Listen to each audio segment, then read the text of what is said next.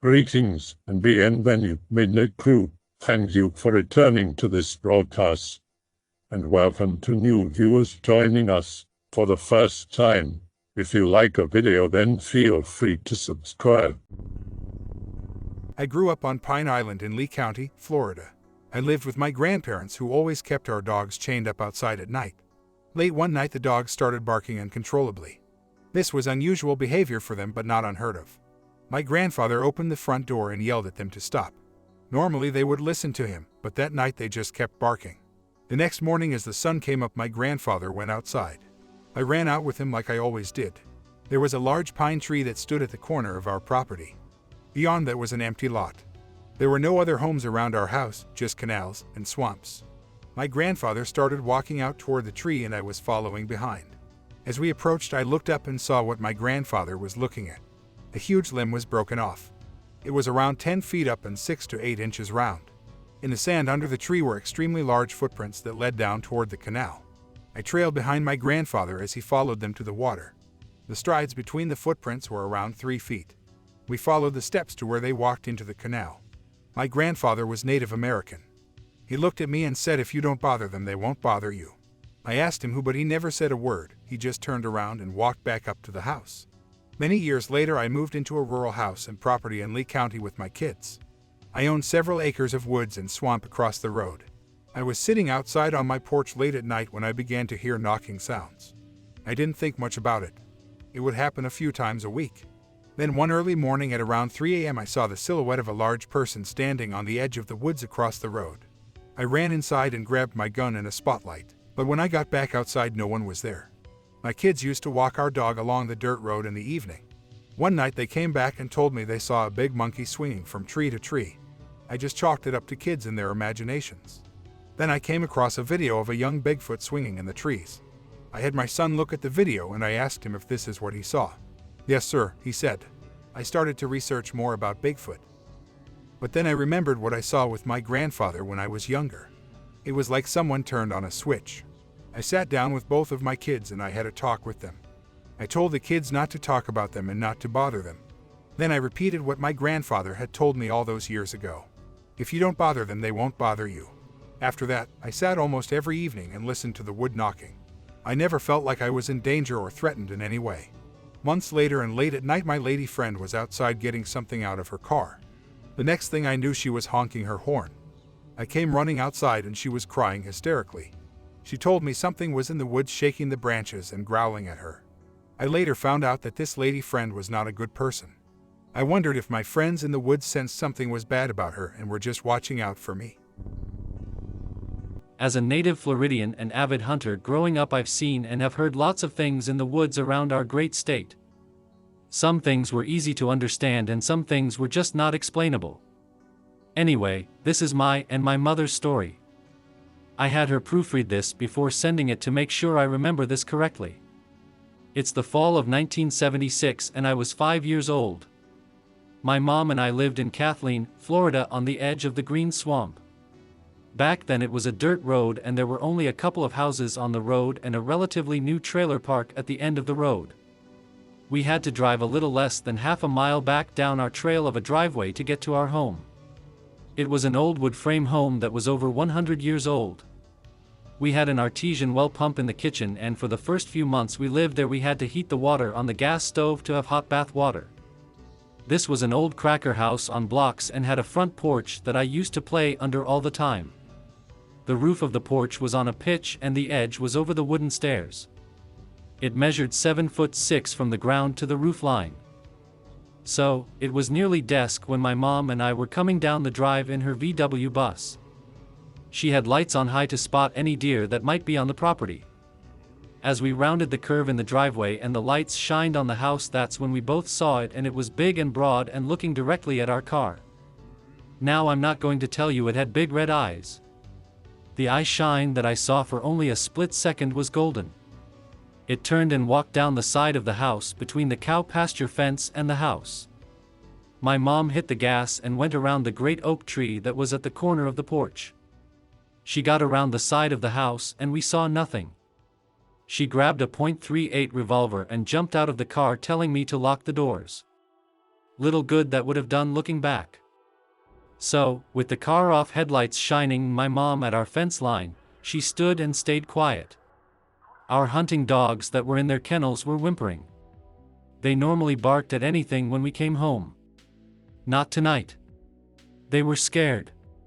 There's more to the story. The next day we looked for prints. The porch and the oak tree size is relevant because it's what we used to size up our guests. The creature was standing next to our porch and his head was just under the edge of the roof, 7'6" at the edge of the overhang. So now, being older and having a firm grasp on measurement, I'm guessing this thing was 7 feet tall. It was nearly as thick or wide as the great oak tree. Based on what our landlord later told us, it was about 90 years old. We had cows and hunting dogs. We even had a calf that was about 400 pounds or so that I would hand feed and had bottle fed because his mother died shortly after birthing. Anyway, my mom was calling the calf to get him to come to the fence. It wouldn't come. She called again. Nothing. Silence. All of a sudden we heard the most god-awful scream from what we thought was that calf. And then, nothing. So, this whole time, I'm in the car. The door was locked and the windows cracked so I could hear. My mom ran back to the car. I opened her door and she backed us out of there quickly and went to her friend's house who lived about a half hour away. Mom was rattled. She talked the whole way.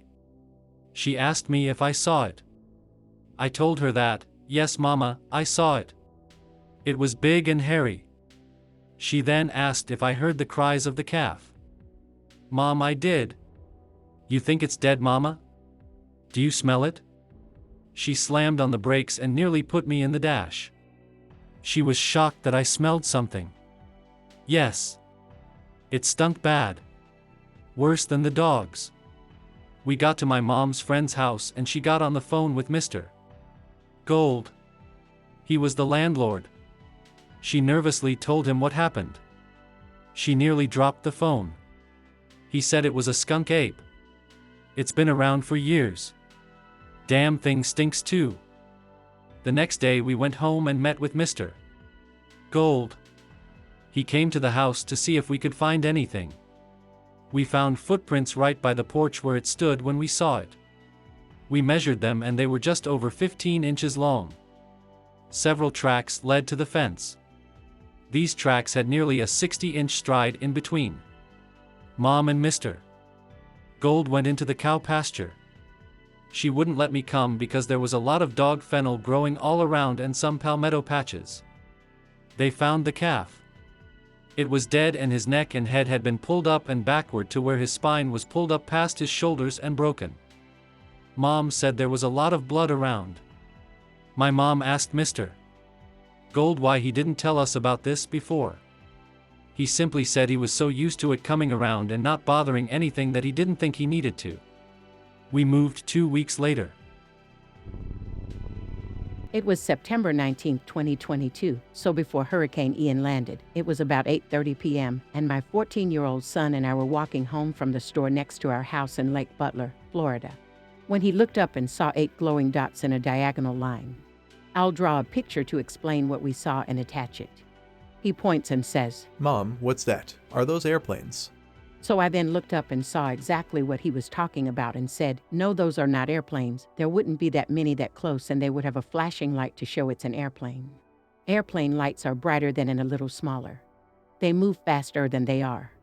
Of course, his next question then was what it is. So at first I just laughed and jokingly said it's aliens, that's a UFO, but he didn't laugh, and we kept watching and it hit me, it's a UFO, it's aliens.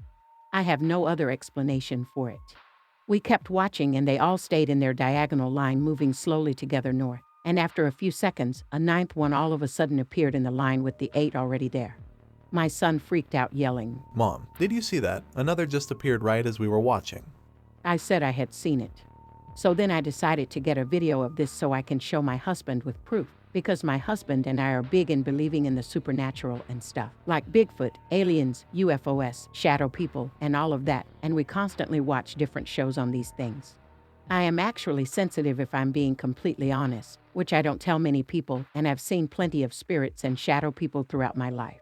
I had seen my husband's father before and explained what he looked like to a T. And I had never met him or seen a picture of him before.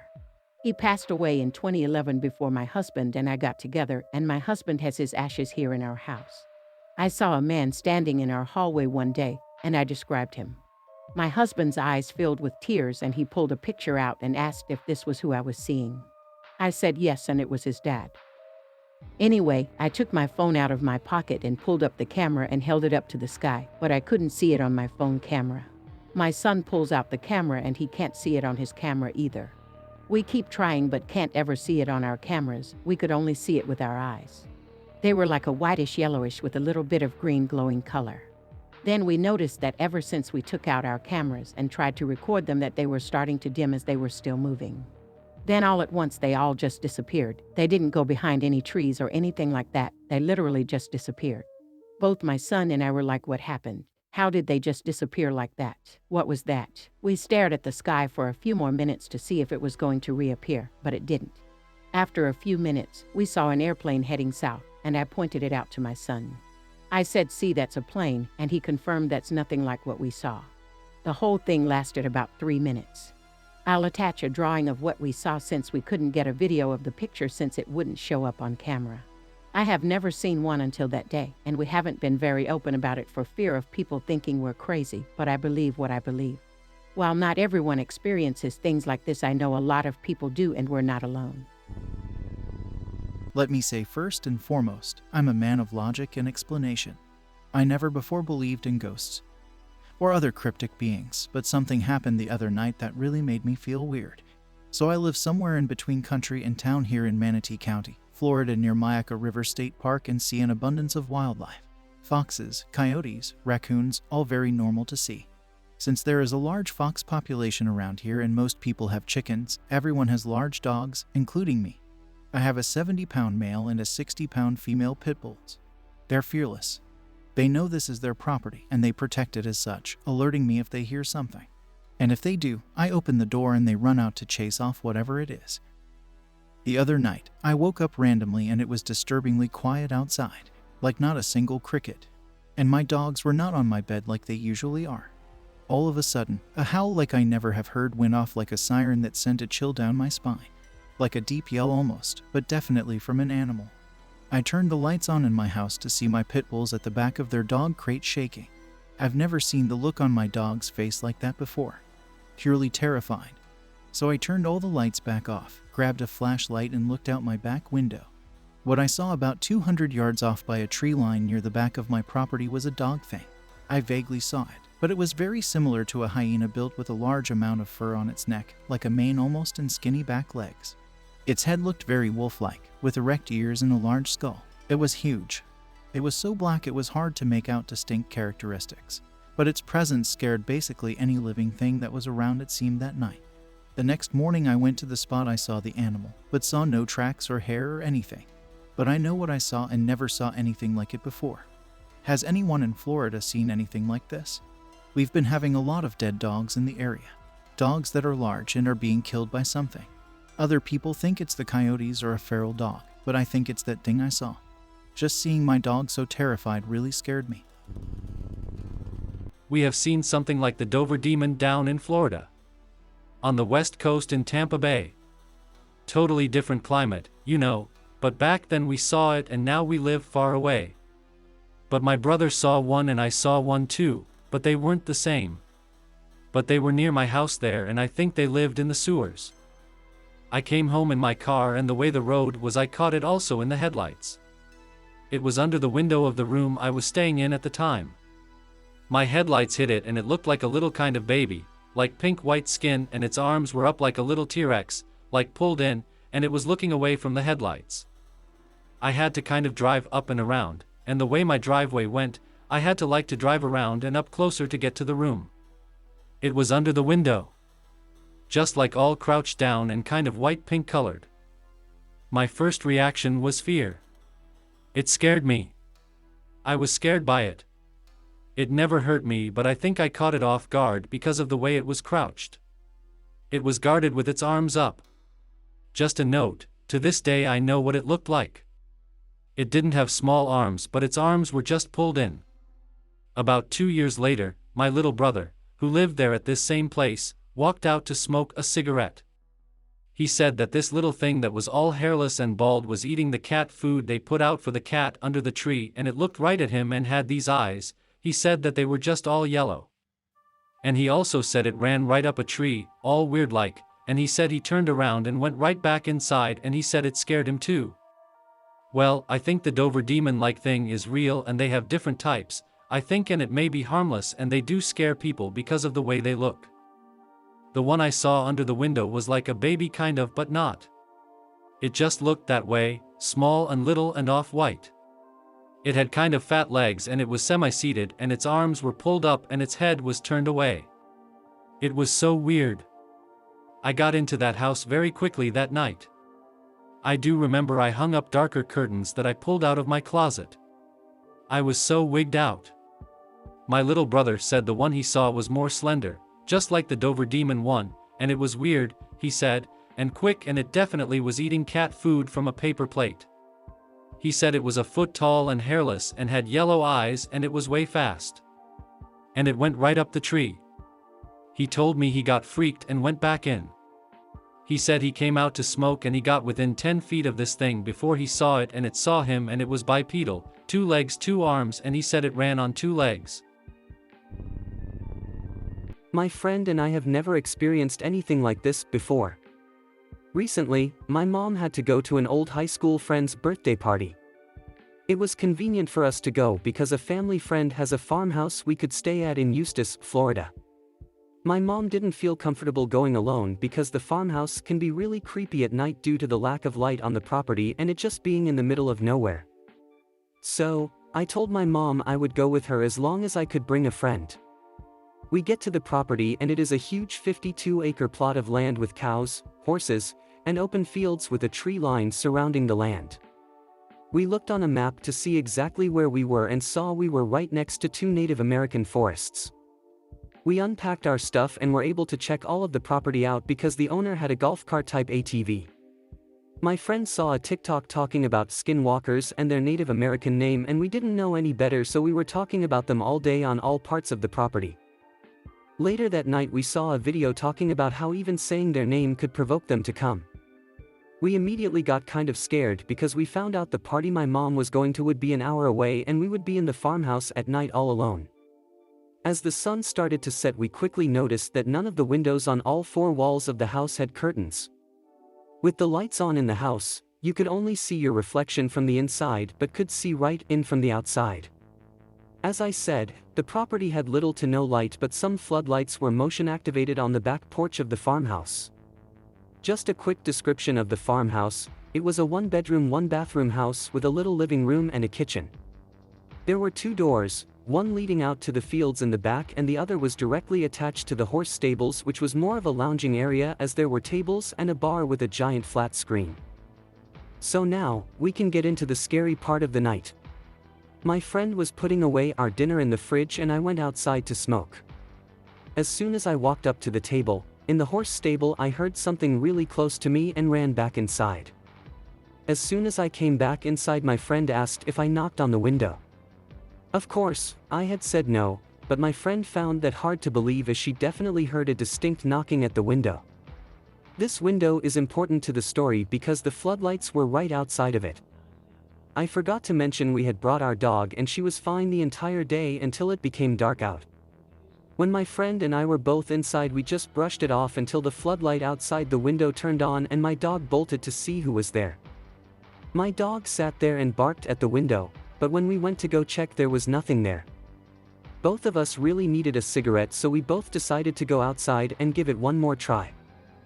My friend stepped outside and looked to her right. I was confused and told her we should stay in the stable, so we walked to a table.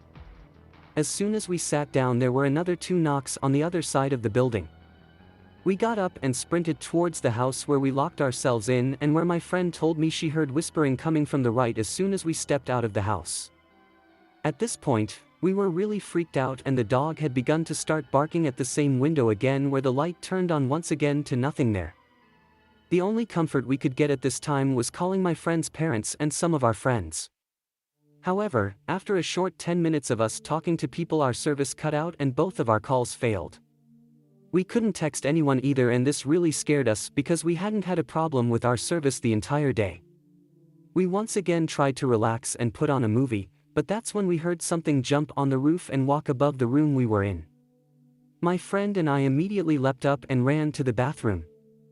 We didn't know what to do, but at this point, I thought our best bet was to run to the car, which was at least 40 feet away, and get off the property until my mom and the owner could come back.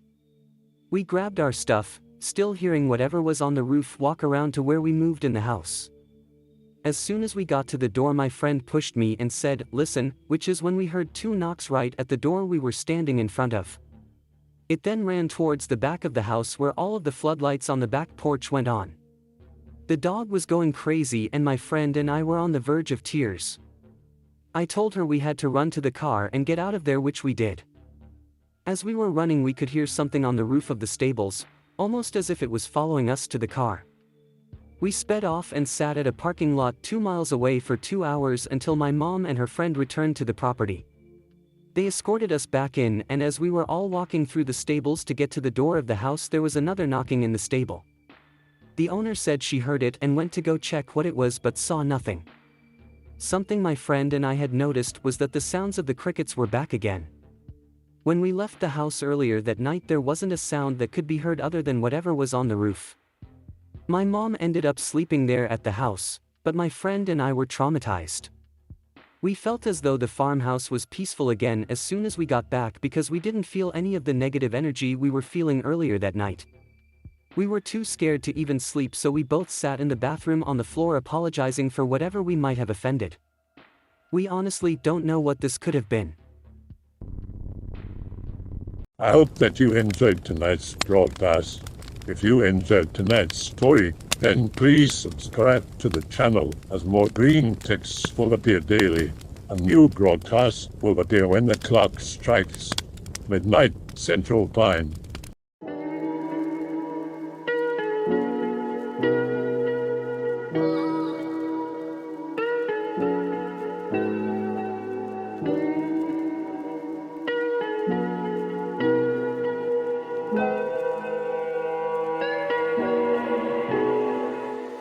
Remember to check out the Odyssey page in the description for a second archive of the channel's videos.